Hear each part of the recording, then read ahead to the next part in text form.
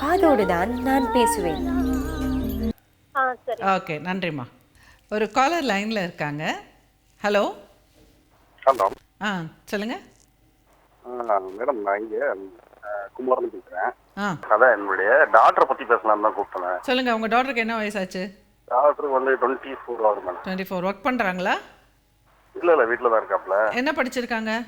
Degree முடிச்சுட்டு அண்ணாதர்ஸில் degree முடிச்சுட்டு இப்போ பிஜி கரஸில் முடிச்சுட்டேன். சரி, ஏன் வேலைக்கு போகல? இப்போ வந்து வேலைக்கு இல்லை, எங்கேயும் வெளியிலேயும் போக மாட்டேன்றா. ஏதாவது என்ன ப்ராப்ளம்னாக்கா, ஒரு சின்ன ப்ராப்ளம்னா கூட உடனே ரொம்ப எக்ஸ்ட்ரீமுக்கு போயிடுறேன். ஃபார் எக்ஸாம்பிள் வந்து அவங்க அம்மா கிட்ட ஒரு பிரச்சனை, அவளுக்கு அம்மா கிட்ட பேசி 1 மந்த் மேலே ஆகுதுன்னு வச்சுங்களேன். ஒரே வீட்டில் அம்மாவும் பொண்ணுமே வந்து பேசிக்கிறதுக்கு ஒரு, அதாவது எங்கள் அம்மா என் ஒய்ஃபுக்கு பேசுறதுக்கு விருப்பம் இருக்கு, அவளுக்கு வந்து இது என்ன இவளுக்கு வந்து சுத்தமாக அவாய்ட் பண்ணுறான். உங்களுக்கு எத்தனை பசங்க? வந்து உங்களுக்கு எத்தனை பசங்க? 2 பசங்க. இன்னொருத்தர் யாரு, என்ன பண்றாங்க? என்ன மேடம்? இன்னொன்னு பொண்ணா பையனா? சன் பெரிய, இது 2வது டாக்டர். சன் என்ன பண்றாரு? சன் ஒர்க் பண்றாப்புல. அவன் MBA முடிச்சிட்டு சன் ஒர்க் பண்ணிட்டு இருக்கான். உங்க கூட இருக்காரா இல்ல தனியா இருக்காரா? இல்ல ஃபேமிலி தான், 4 பேர் ஒர்க் ஃபேமிலியா தான் இருக்கும். அவருக்கு என்ன வயசு? 26.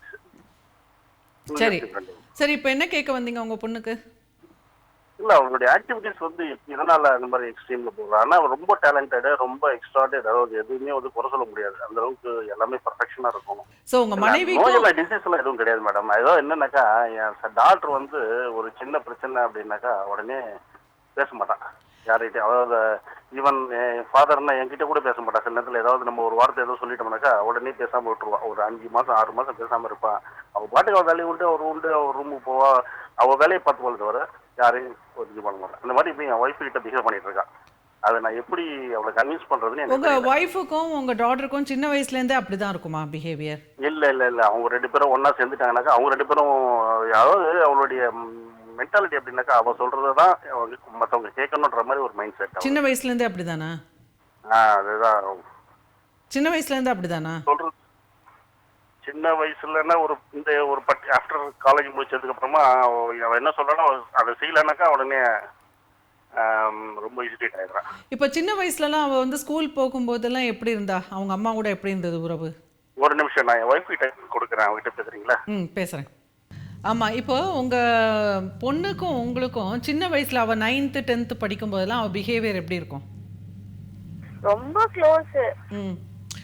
12th எல்லாம் படிக்கும்போது, 12th முடிச்சிட்டு காலேஜ் போகும்போதெல்லாம் அப்ப கூட க்ளோஸ் தாங்க. நான் ஒரு ஃப்ரெண்ட் மாதிரி தாங்க பழகுவேன். சரி, காலேஜ் முடிச்சதுக்கு அப்புறம் தான் இந்த பிஹேவியர் மாறிச்சா? காலேஜ் போகும்போது 3 இயர்ஸ் வந்து அண்ணா ஆதர்ஷ்ல படிச்சாங்க. சரி, ஓகேவா. அதுக்கப்புறமா MBA வந்து கரஸ்ல பண்ணாங்க. சரி, எப்போ பிஹேவியர் மாறுச்சு? எப்பன்னா இப்போ ரீசெண்டா ஒரு 1 இயரா தான். ஓகே. ஸோ அவங்களுக்கு ஏதாவது காதல் அந்த மாதிரி ஏதாவது பிரச்சனை இருக்கா?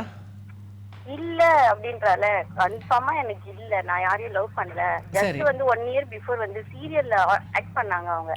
சரி, 3 சீரியல்ல. சரி. அதுக்கப்புறமா அது வந்து எனக்கு பிடிக்கல, எங்க ஹஸ்பண்டுக்கும் பிடிக்கும். ஸோ அந்த நேரத்துல இருந்து உங்களுக்குள்ள ஒத்து வரல? ஆமா. இல்ல, நான் என்ன சொன்னேன், இது வந்து பாரு, சும்மா போய் பாரு, உன்னோட இன்ட்ரெஸ்டுக்காக நான் ஒத்துக்கிறேன், இதுதான் ஃபைனல், கரெக்டா? அதுக்கப்புறமா இந்த வே நமக்கு வேண்டாம். நமக்கு வந்து நல்ல பிசினஸ் இருக்கு, நிறைய படிப்பு இருக்கு, நமக்கு நிறைய ஸ்கோப் இருக்கு, அதுல நம்ம இம்ப்ரூவ்மெண்ட் பண்ணிக்கலாம் அப்படின்னு நான் சொல்றேன். ஸோ அதனால அவங்க இப்போ சீரியல் வாய்ப்பெல்லாம் விட்டுட்டாங்க. இப்போ நீங்க 2 பேரும் பிடிக்கலன்னு சொன்னதுனால அவங்க வாய்ப்பெல்லாம் விட்டுட்டாங்களா? இல்ல, 2 சீரியல் பண்ணாங்க, அவங்களுக்கே வந்து சான்ஸ் வரல. அதுக்கப்புறம் அவங்களே வேண்டான்னு சொல்லிட்டு ஒதுங்கிட்டாங்க. ஆமா ஆமா ஆமா. இல்ல, முயற்சி பண்ணிட்டு இருக்காங்களா? விட்டுட்டாங்க. சரி, என்ன வேணும்னு நினைக்கிறா? இப்போ திருமணம் பண்ணிக்கிறதுக்கு ரெடியா இருக்காளா? இல்லையே, அதுதான் இப்போ மேஜர் ப்ராப்ளமே இப்போ வீட்டுல கிரியேட் ஆனது. என்னன்னா, எனக்கு ஒரு சன் இருக்கான். சரி. அவன் வந்து MBA முடிச்சுட்டு ஒர்க் பண்றான். சரி. இப்போ வந்து அவன் வந்து ஒரு பொண்ணை லவ் பண்றான். சரி, கல்யாணம் பண்ணி வச்சிருங்க. இப்போ நான் வந்து கல்யாணம் பண்ண போறேன். லாஸ்ட் ஒரு 1 மந்த் பிஃபோர் வந்து நான் உட்கார்ந்து பேசுறேன். நான் வந்து அவனுக்கு கல்யாணம் பண்ணிடுறேம்மா, நீ என்ன சொல்ற? நீ ஓகே அப்படின்னா நான் உனக்கு முடிச்சிட்டு 1 இயருக்கு அப்புறமா கூட தங்கச்சிக்கு முடிச்சுட்டு பண்ணிக்கிறேன்னு அண்ணன் சொல்றான். நீ என்ன சொல்றன்னா, இல்ல நான் இப்ப பண்ணிக்கிற மாதிரி இல்ல, நீங்க வந்து உங்க பையனுக்கு திருமணம் பண்ணிடுங்க. ஓகே, உங்க பையனுக்கு திருமணம் பண்ணுங்க. அதுக்காக நீங்க இவ்வளவு நிற்காதீங்க. ஓகே இப்போ நெருக்கல நான் ஃப்ரீயா விட்டுட்டேன் நானு. அவ என்ன சொல்றான்னா இப்போ அடிக்கடிக்கு அந்த பொண்ணு வந்து என்கிட்ட போன் பண்ணி பேசுறா. ம் எனக்கு மருமகளா வரப்போறவ. சரி அவ பேசும்போது நான் பேசினாதானே அவளோட கேரக்டர் என்ன, தாட்ஸ் என்ன, நல்ல பொண்ணா எப்படின்னு நான் தெரிஞ்சுக்க முடியும். ம் கரெக்டா? இப்போ தெரிஞ்சுட்டு என்ன பண்ண போறீங்க? அதை பாருங்க. இப்போ இப்போ உங்க பையன் வந்து லவ் பண்ணிட்டான் சரியா? ஆமா உங்க பையனுக்கு பிடிச்சு போச்சு. ஆமா இப்போ உங்களுக்கு பிடிச்சாலும் சரி பிடிக்கலனாலும் சரி இப்போ அவன் கல்யாணம் பண்ணிக்கணும்னு தீர்மானம் பண்ணியாச்சு. அதனால ஃபிக்ஸ் பண்ணிட்டேன். டேட் எல்லாம் கூட ஃபிக்ஸ் ஆயிடுச்சு. இப்போ ரொம்ப பேச்செல்லாம் தேவை கிடையாதுங்க ஆக்சுவலா. ஏன்னா இந்த திருமணத்துக்கு முன்னாடி நிறைய ஃபோன் பேசுகிறேன்னு சொல்லி தெரிஞ்சுக்கிறேன்னு சொல்லிட்டு அனாவசியமாக பேச்செல்லாம் பேசி அதுவே பாதி மிஸ்டேக் ஆகிடுது. ஏன்னா திருமணம் ஆனதுக்கப்புறம் வந்து எப்படி இருந்தாலும் அட்ஜஸ்ட் பண்ணிட்டுருவாங்க. ஓகே, ஸோ இப்போ இது வந்து அவங்க உங்கள் பையனும் உங்கள் மருமகளும் அவங்க வாழ போகிறாங்க வாழ்க்கை, அவங்க திருமணம் பண்ணிக்க போகிறாங்க, அவங்க லவ் பண்ணிட்டாங்க. ஸோ நீங்கள் வந்து ஆஸ் அ பேரண்ட்ஸ் உங்களுக்கு பிடிச்சிருக்கு திருமணத்தை பண்ணி வச்சுருங்க. கூட வச்சுக்கிறதா இருந்தால் கூட வச்சுக்கோங்க. இல்லாட்டி வந்து அவங்க 2 பேரும் நிம்மதியாக போய் தனி வாழ்க்கை வாழுறாங்கன்னா பெஸ்ட்டு, தண்ணி கொடுத்தோன்னு வச்சுருங்க. ஓகே, ஸோ ஏன்னா உங்களுக்கு ஏற்கனவே ப்ராப்ளம் இருக்கிறதுனால உங்கள் டாக்டரோட அவங்க லைஃப்பும் வந்து வீணாக வேணாம். அவங்க டாக்டரின்ல இப்போ ஃப்யூச்சரில் வரப்போகிறவங்க ஒர்க் பண்ணுறாங்க தானே? ஆமா டீச்சரா இருக்கா. ஸோ அதனால பெட்டர் அவங்க 2 பேரும் ஒர்க் பண்ணிவிட்டு அவங்க ஃபஸ்ட்டு வாழ்க்கையை ஆரம்பிக்கட்டும். அப்புறம் குழந்தைகள் தான் வரும்போது பார்த்துக்கலாம். அப்போ அந்த நேரத்தில் எப்படி சப்போர்ட் கொடுத்துக்கலாங்கிறத.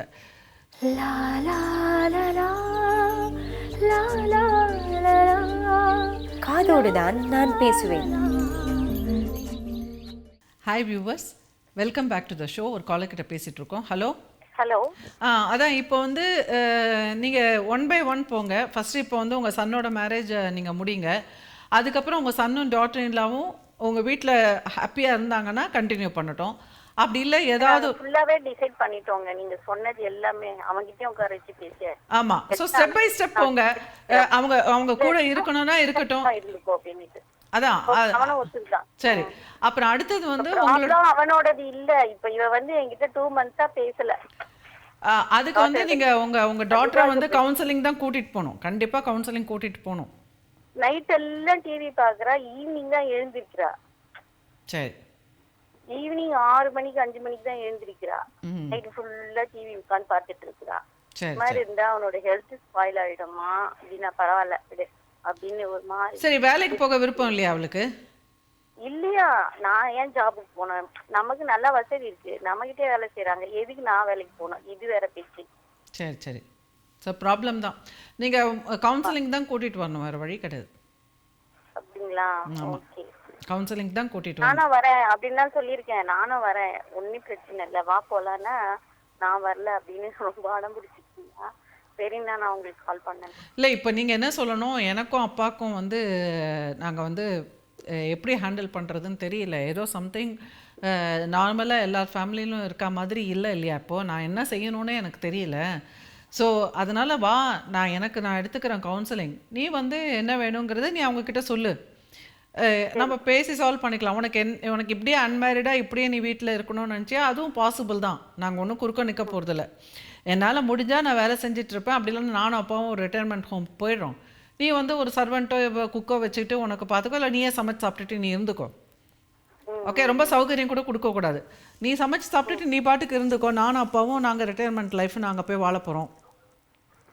ஸோ எனக்கு வந்து அது சரியான முடிவாக என்னன்னு தெரியல, அதனால் நான் ஒரு கவுன்சிலிங் போகிறேன், நீயும் கூட வா அப்படின்னு சொல்லி நீங்கள் கூட்டிகிட்டு வாங்க. சரியா? Okay okay.